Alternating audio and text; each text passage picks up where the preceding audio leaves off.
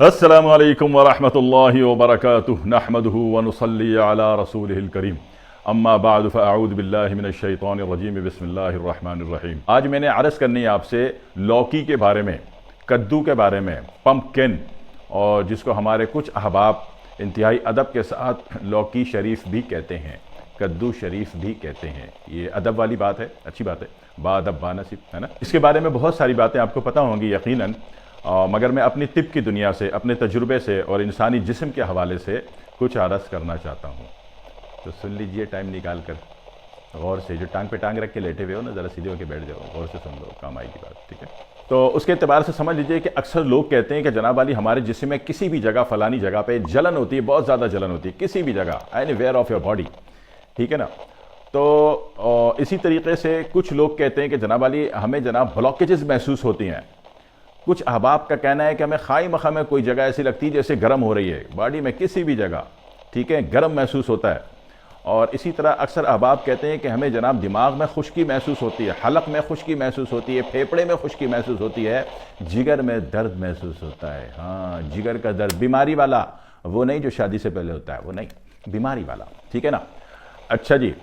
और जनाब अली कुछ अफराद कहते हैं कि हमें दिल में जलन महसूस होती है, दिल में घबराहट महसूस होती है, खफकान क़ल्ब, दिल की घबराहट, दिल की वहशत, ठीक है ना। और इसी तरह दिल का बहुत तेज़ धड़क जाना, ये दिल ज़्यादा तेज़ धड़क जाए ना घबराहट में, तो बस थोड़ी देर धड़कता है, फिर एकदम या तो बीपी शूट कर देता है या शुगर हाई कर देता है, ठीक है ना। ये दिल साहब अच्छे हरकतें नहीं करते आदमी के साथ, अगर ये नाराज़ हो जाए तो, लिहाजा इस दिल को काबू में रखना है, ठीक है, समझ तो आ रही होगी ना। तो ये सारी बातें। इसी तरह कुछ अहबाब कहते हैं बुखार नहीं उतर रहा किसी भी चीज़ से, हमने जनाब एड़ी चोटी लगा ली, बुखार नहीं उतर रहा, फ़लानी डोल और फ़लानी डोल खा ली और फिर भी इतनी डोलों से भी काम नहीं हो रहा। तो जब ये सारी डोलें नाकाम हो जाएं तो वहाँ भी आपने लौकी और कद्दू का इस्तेमाल करना है। इसी तरीके से कुछ अहबाब कहते हैं कि जनाब अली एक हकीम साहब हैं, एक फ़लाने मुआलिज साहब हैं, वो फ़लानी दवा देते हैं, सबको फ़ायदा होता है, मुझे फ़ायदा नहीं हो रहा। अगर ये कहते हैं तो इनका मतलब ये है कि इनकी बॉडी में, इनकी आंतों में, सिस्टम में टॉक्सिन लेयर डिपॉजिट हुई हुई है पूरी। वो टॉक्सिन लेयर जो है, उतने पहुंचे हुए कोई हकीम साहब टकर गए आपको, पहुंचे हुए मुआलिज साहब टकर गए, पहुंचे हुए डॉक्टर साहब टकर गए, जिनसे हज़ारों को फ़ायदा हो रहा है, लेकिन इस बंदे को फ़ायदा नहीं हो रहा। तो इसकी टॉक्सिन लेयर जो है वो उस दवा को लेते ही रिजेक्ट कर रही है, उसको ज़ाय कर रही है, उसको केमिकल रिएक्शन करके मजीद किसी और थर्ड फॉर्म में कन्वर्ट कर रही है। तो नतीजे के तौर पर उसका रिजल्ट नहीं आ रहा। हालांकि हकीम साहब क्या लाइन है जनाब वाली, सबको फ़ायदा हो रहा है, आपको नहीं हो रहा। तो ऐसी सूरत में बॉडी के अंदर टॉक्सिन लेयर है। अच्छा, ये जो टॉक्सिन लेयर है, जो हमारी आंतों के अंदर पूरी की पूरी और मैदे में पूरी की पूरी दीवार है, और ये बजाते खुद एक केमिकल होता है, टॉक्सिन लेयर जो है केमिकल है, जस्ट लाइक पेरिटोनियम लेयर की तरह होता है, मगर ये पूरा कवर्ड होता है। ये किसी भी चीज़ से टच होता है वो उसको ज़ाया कर देता है। इसी तरह कुछ अफराद आपको ऐसे मिल जाएं जो कहते हैं कि मैं जो दवा खाता हूँ मुझे उल्टा असर होता है। हाँ जी, दवा खाई थी जनाब अली कि वो अपना बच्चा पैदा हो, पता चला दवा खाती दादा अब्बू जी का इंतकाल हो गया, ठीक है। तो ऐसे यानी उल्टा असर महसूस हो रहा है। तो ऐसी भी सूरत में, और इसी तरह वो लोग जो कहते हैं कि जनाब अली हम बीपी की वाइब्रेशन से, कभी एकदम हाई हो जाता है, कभी एकदम नीचे हो जाता है, कभी शुगर है उसकी वाइब्रेशन से, यानी कि एक स्टैंडर्ड है, आप डेली दवा खा रहे हैं और जनाब अली, मगर वो स्टैंडर्ड से कभी अचानक बहुत ऊपर चली जाती है, कभी बहुत नीचे गिर जाती है।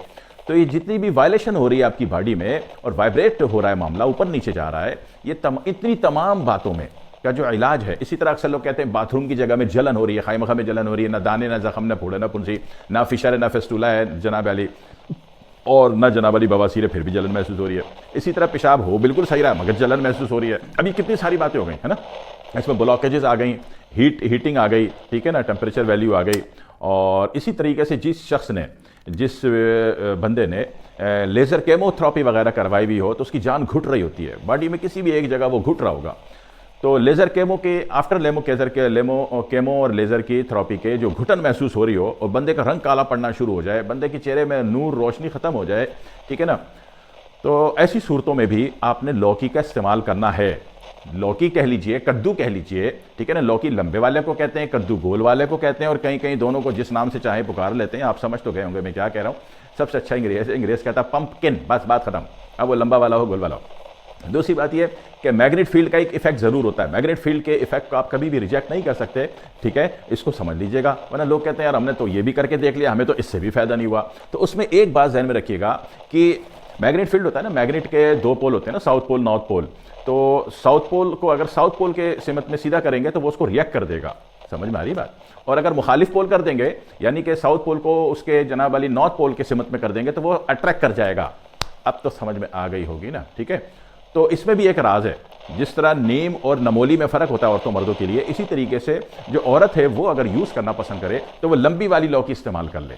पोल चेंज हो गया, ठीक है, इंशाल्लाह फ़ायदा होगा। इसी तरह मर्द है तो वो गोल वाली लौकी, कद्दू, पम्पकिन इस्तेमाल कर ले, इंशाल्लाह फ़ायदा होगा।